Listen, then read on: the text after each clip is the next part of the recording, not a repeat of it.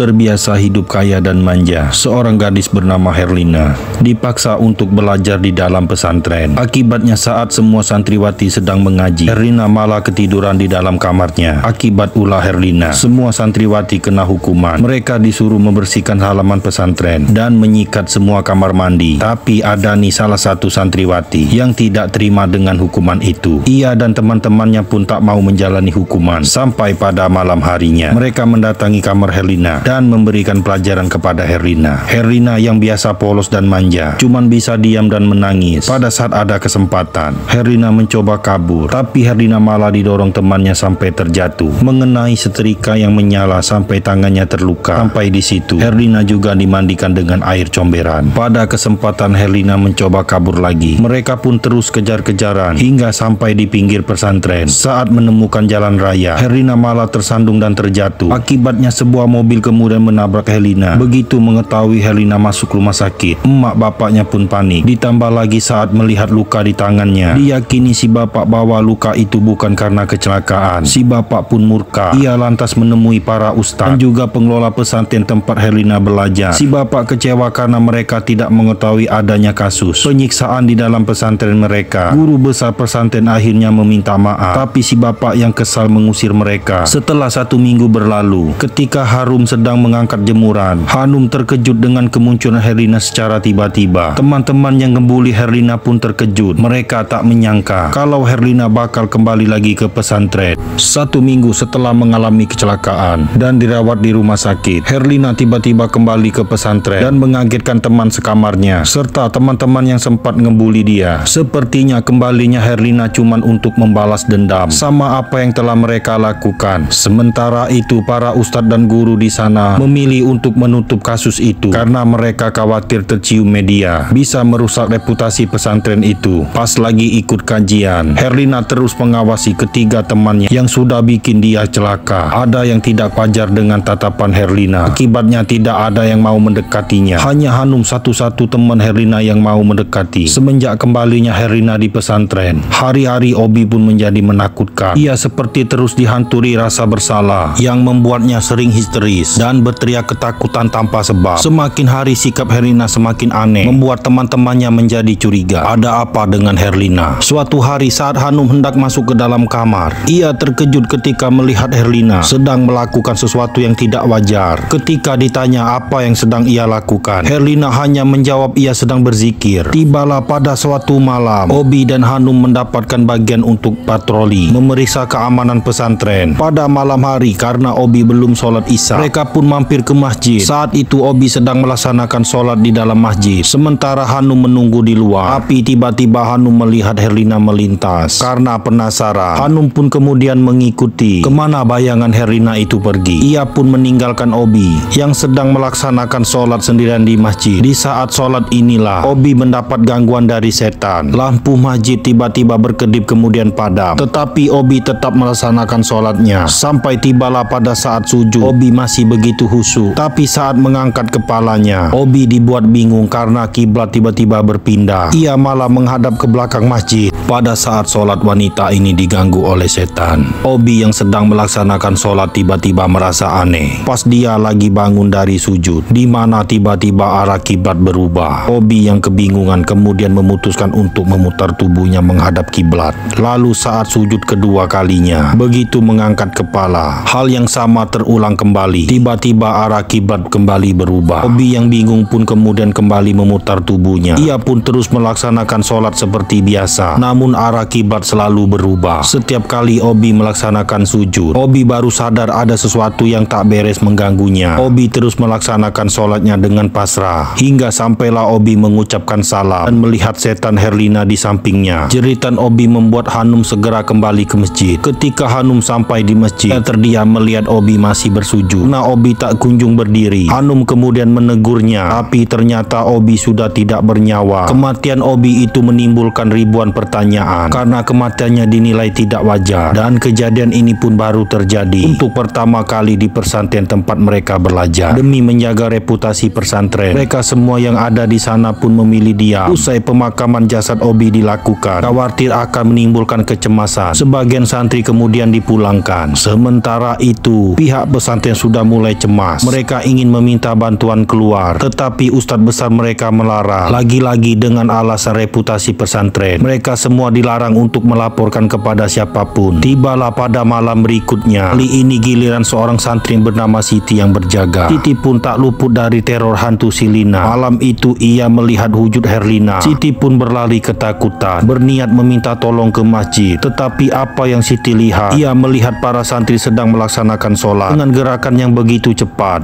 Wanita ini sangat kaget pada saat melihat sekelumpulan santri lagi pada sholat di masjid. Tapi sholatnya aneh, gerakannya begitu cepat. Lalu saat mereka salam, semua santriwati itu malah menoleh ke arah Siti. Tiba-tiba ada mukuna terbang ke arahnya. Mendengar suara jeritan, Hanum berlari mendekati Siti. Terlihat bagaimana Siti sangat ketakutan. Tiba-tiba sekumpulan santriwati itu sudah menghilang. Hanum dan Siti kemudian pergi ke kediaman para ustadz untuk meminta tolong. Tetapi tiba-tiba mereka berdua mendengar suara teriakan dari temannya Siti bernama Dila. Teriakan Dila pun didengar oleh para ustadz yang kemudian mereka semua berlari menuju ke masjid. Saat itu masjid sudah sangat ramai. Para santriwati melihat bagaimana tubuh Dila bersujud tanpa bergerak. Saat diperiksa, tubuh Dila sama seperti Obi. Semua tubuhnya sudah gosong dan tidak bernyawa. Kondisi kematian Dila yang tidak wajar itu diyakini dilakukan oleh pelaku yang sama seperti Obi. Saat itulah tiba-tiba Hanum melihat Herlina yang berada di sudut ruangan mengawasi kejadian itu secara misterius dan membuat Hanum curiga. Lalu kemudian mencari para ustadz yang sedang berjaga.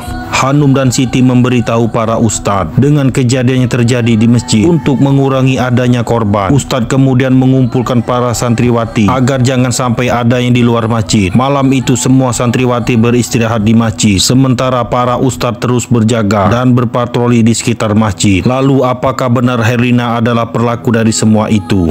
Dikira lagi sholat, ternyata wanita ini sudah meninggal akibat dari kejadian itu. Ustadz kemudian mengumumkan kepada seluruh santriwati agar semua berkumpul di dalam masjid dan tidak ada yang boleh keluar hingga esok hari. Hal itu mereka lakukan untuk menghindari adanya korban lagi. Hanum yang saat itu tidurnya tidak nyenyak, ia malah dihantui oleh sosok Herlina yang wajahnya mirip sekali dengan setan. Hanum yang terkejut langsung menoleh, tetapi ternyata itu adalah Siti yang mau meminta tolong sama Hanum buat ditemani ke toilet. Siti yang pernah ikut ngebully Herlina terus diteror. Ketika Hanum lagi menunggu Siti, tiba-tiba malah melihat bayangan Herlina melintas. Hanum yang penasaran kemudian mengikuti bayangan itu. Hingga sampailah mereka di sebuah pohon di belakang pesantren. Tiba-tiba sosok Herlina berubah menjadi Siti. Hanum yang ingin menegur Siti malah sebaliknya ditegur oleh Siti dari belakang. Lalu siapakah sosok yang menyerupai Siti? Ternyata dia adalah Herlina yang mukanya sudah berubah menjadi setan. Karena ketakutan, Hanum dan Siti kemudian kabur. Tetapi saat mereka berlari, mereka justru berputar-putar di tempat yang sama sampai akhirnya ada sebuah tangan yang menarik Siti. Tentu saja semua itu adalah perbuatan Herlina. Dua orang ustadz yang sedang berpatroli langsung menolong. Ketika mereka mendengar suara jeritan, Pak Ustadz pun melihat sosok Herlina yang sudah mirip dengan setan. Bahkan gaya bicaranya pun sudah semakin aneh. Pak Ustadz kemudian berusaha membaca doa-doa membuat setan dalam tubuh Herlina kabur. Tapi bukannya sadar, Herlina balik menceramai Pak Ustadz. Sementara itu ibu kandung Herlina malam itu mendapatkan kabar dari pesantren tentang putrinya. Tidak menunggu lama, ayah dan ibunya kemudian bergegas pergi ke pesantren. Mereka pun datang tepat waktu dan menyaksikan sendiri ulah putrinya. Kira-kira apa yang terjadi? Wanita ini ingin memberikan sesuatu untuk anaknya di pesantren, tapi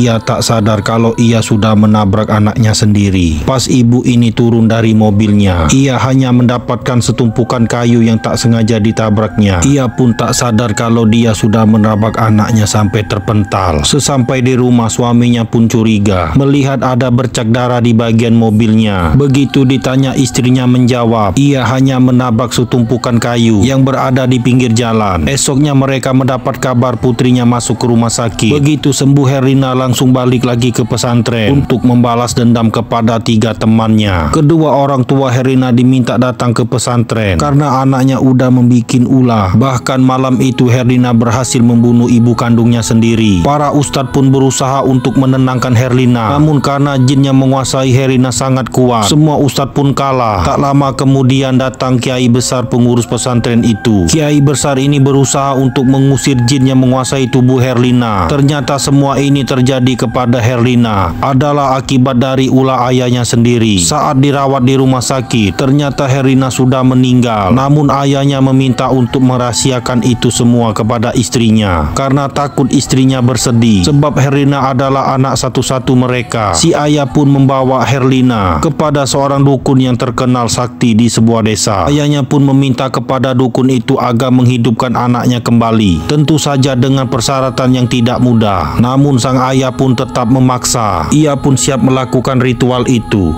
Seorang ayah nekat menancapkan paku besar di kepala anaknya yang sudah meninggal dengan tujuan agar anaknya bisa hidup kembali, dibantu oleh seorang dukun. Ritual itu pun dilakukan sendiri. Setelah anaknya hidup, tubuh anak ini malah dikuasai oleh setan. Beruntungnya kiai besar pengurus pesantren berhasil mencabut paku di kepala gadis ini. Kini tubuh Herlina kembali menjadi sosok mayit. Terlihat jelas bagaimana sang ayah sangat bersedih. Begitu juga dengan teman-teman Herlina di pesantren. Mereka semua tidak menyangka jika Herlina yang selama ini bersama mereka adalah sesosok mayit yang tubuhnya dikuasai jin. Keesokan harinya, jenazah Herlina diantarkan ke kediaman sang ayah dengan sebuah ambulan untuk kemudian dimakamkan berdampingan dengan sang ibunda. Beberapa teman Herlina juga datang untuk berziarah serta mengirim doa. Kini ayah Herlina pun hidup seorang diri di tengah malam yang sunyi. Tiba-tiba saja ayah Herlina didatangi oleh dukun itu lagi sambil membawa paku besar untuk mengatakan bahwa dendam di dalam tubuh Herlina belum selesai. Jin itu menyerupai Herlina kembali datang untuk menagih hutang nyawa yang dijanjikan oleh ayah Herlina ketika menghidupkan Herlina, dan film pun selesai.